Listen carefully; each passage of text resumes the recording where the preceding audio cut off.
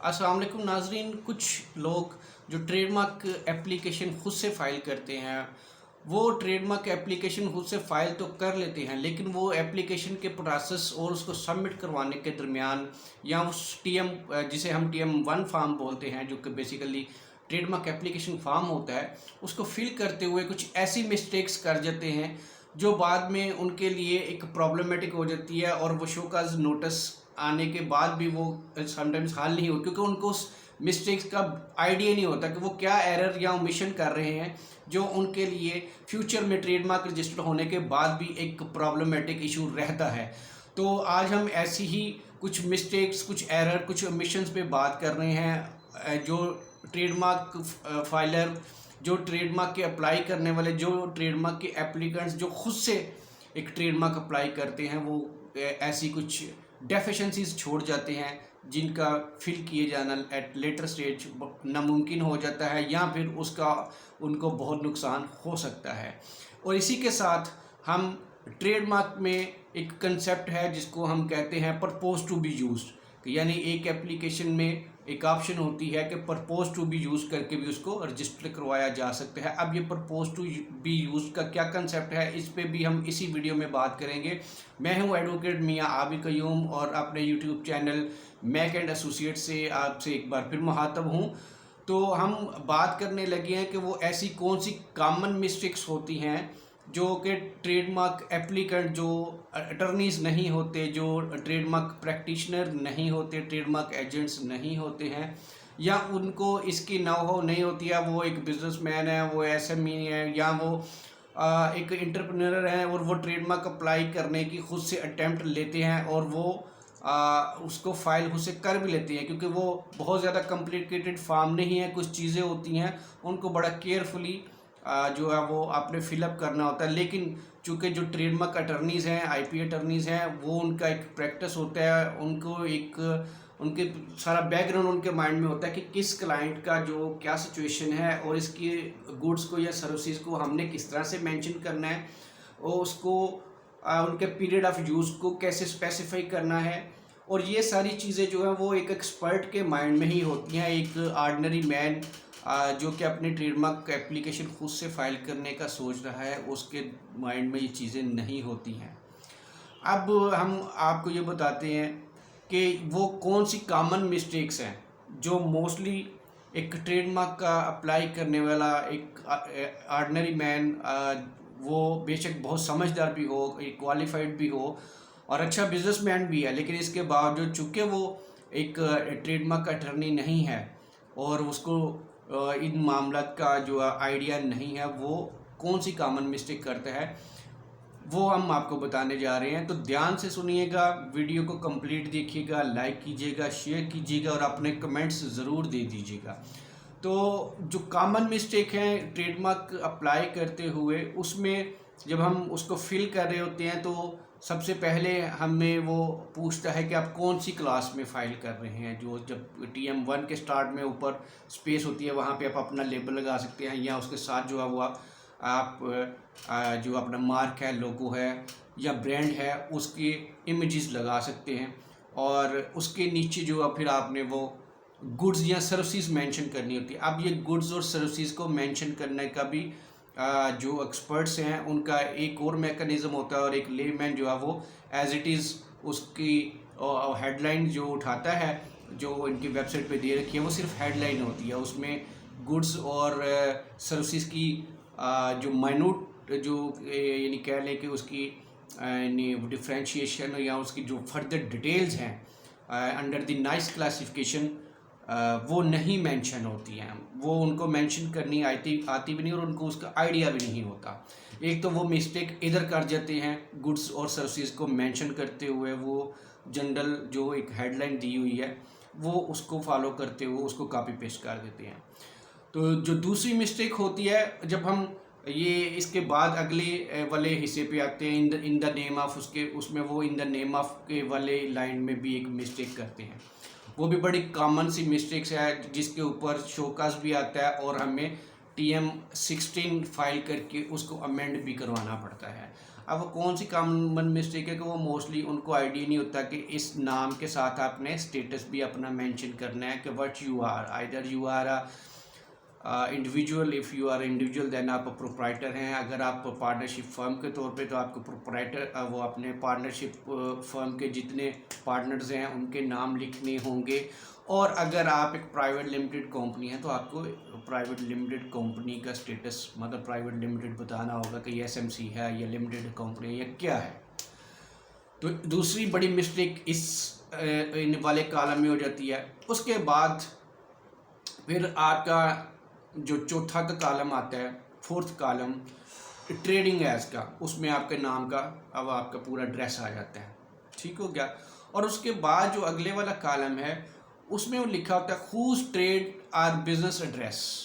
अच्छा, उसमें जो आपका आपने फिल कर लिया कि ये हमारा बिजनेस एड्रेस है ABC एंड सो ऑन, वो भी मेंशन हो गया। अब अगली जो बारी आती है वो आ जाती है जी के इसी के बिल्कुल नीचे, इस कॉलम के बिल्कुल नीचे वाले के who claim to be proprietor therefore and by whom the said mark is being used or to be used, और आगे वो स्पेस होती है कि उधर वो पीरियड ऑफ यूज मतलब एक लिख लें कि आप कब से यूज़ कर रहे हैं। तो वो या तो वो कॉमनली वैसे ही छोड़ जाते हैं, वो ब्लीक होता है कि the mark is being used और ब्लीक प्रपोज टू बी यूज, या वो फिर उधर लिख देते हैं जी प्रपोज टू बी यूज्ड, तो जबकि वो मार्क को यूज़ पहले से कर रहे होते हैं। अब इधर ही वो चीज़ कनेक्ट हो जाती है जो मैंने आपको वीडियो के स्टार्ट में दूसरा हिस्सा बताया था कि what is the concept of propose to be used. तो इधर वो जो इन्हें मिस्टेक है मैं उसके ऊपर बाद में आता हूँ। तो जो पहले ये प्रपोज टू बी यूज का कंसेप्ट है वो मैं आपको बता देता हूँ कि प्रपोज टू बी यूज का मतलब ये है कि अगर आप एक ट्रेडमार्क ऑनर हैं, आपने एक ट्रेडमार्क अपना ब्रांड बनाया हुआ है और वो ब्रांड एक अरसे से आपने उसको चला रहे लेकिन अप्लाई नहीं किया, एक तो ये सूरत हाल है। दूसरी सूरत हाल ये है कि आप एक ब्रांड का आपके माइंड में आ गया, आपने उसको अडॉप्ट कर लिया या क्रिएट कर लिया, लेकिन अभी आप उसको यूज़ नहीं कर रहे या यूज़ करने का इरादा नहीं रखते, लेकिन चूँकि वो कहीं उसकी थेफ्ट ना हो जाए, उसकी इन्फ्रिंजमेंट ना हो जाए, कोई और उसको मीनवाइल रजिस्टर्ड ना ये करवा ले, तो आप कहते हैं कि इसको प्रोटेक्ट करने के लिए इसको हम क्या करते हैं जी कि अप्लाई कर लेते हैं और इसको रजिस्टर्ड करवा लेते हैं, कल को हम इसको यूज़ कर लेंगे तो ये हमारा सिक्योर्ड हो जाएगा। तो उस सूरत में आप लिख देते हैं प्रपोज टू बी यूज़, फिर हम वहाँ पे मेंशन नहीं करते कि इतने पीरियड से अंडर यूज़ है, तो वो एप्लीकेंट जो है वो लिखना होता है कि यहाँ ये जो ट्रेडमार्क है ये प्रपोज टू बी, यानी हम इसको we will use in the future but we are not using this mark at this moment. ये इसका एक सिंप्लीफाइड जो मैं आपको बता रहा हूँ कि ये इसका का मतलब है कि प्रपोज टू बी यूज और इज़ बीइंग यूज। तो जब आप इज़ बीइंग यूज लिखेंगे तब आपको वहाँ पीरियड लिखना है कि ये आप कब से यूज़ कर रहे हैं। तो यहाँ जो कॉमन मिस्टेक होती है एक आम आदमी से, एक जो मतलब एक्सपर्ट नहीं है, आईपी अटर्नी नहीं है, तो वो आप अपनी एप्लीकेशन फिल करते हुए करते क्या है जी कि वहाँ वो मैंने जैसे कि बताया कि या तो उसी तरह से छोड़ देते हैं is propose to be use, या सिर्फ जो है वो उसको इज़ बीइंग यूज को काट के तो प्रपोज टू बी यूज लिख देते हैं। अब अगर आप पहले से एक मार्क यूज़ कर रहे हैं और आपके पास उसका एविडेंस भी है, लेकिन आप एप्लीकेशन में ये लिख रहे हैं कि ये हम प्रपोज मतलब आप एक चीज़ अपनी गिव अप कर रहे हो कि हम अभी इस मार्क को यूज़ नहीं कर रहे हैं, तो कल को अगर वो मामला अपोजिशन में चला जाता है या कोई इन्फ्रिंजमेंट का मामला आ जाता है या कनेक्टिव या जो भी इस तरह की डिस्प्यूटेड सिचुएशन आ जाती है, तो वहाँ पे वो एक बहुत बड़ी प्रॉब्लम क्रिएट हो जाती है कि आपने तो प्रपोज टू भी यूज़ करके अप्लाई किया था, तो अब आप कैसे कह सकते हैं जी कि मेरा मार्क तो मैं पिछले 10 साल से यूज़ कर रहा हूँ, या मुझे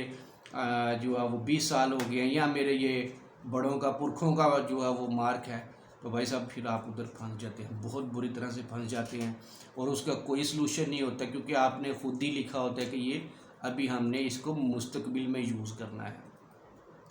तो पंजाबी में कहते हैं कि जिसका काम उसी को साजे, तो लिहाजा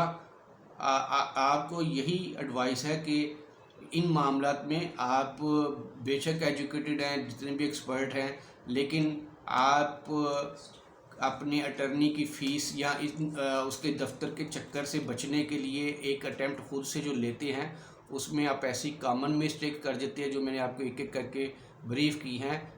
बेशक आप एजुकेटेड हो, बेशक आप बड़े इंटेलिजेंट हैं, आप एक अच्छे बिजनेसमैन हैं, बट ये आपकी फील्ड नहीं है, तो आप वो मिस्टेक्स नहीं करें। ये इसलिए मैं कह रहा हूँ कि हमारे पास ऐसी बहुत ज़्यादा एप्लीकेशंस आती हैं, वो मिडवे में फिर हमें कहते हैं जी ये शो काज आ गया, ये क्यों आया है, अब इसमें इन चीज़ों का क्या करना है, वो ये पीरियड ऑफ यूज़ क्या है, ये फ़लाँ क्या है, और अब इसका क्या सलूशन है। तो फिर वहाँ पे आके हमें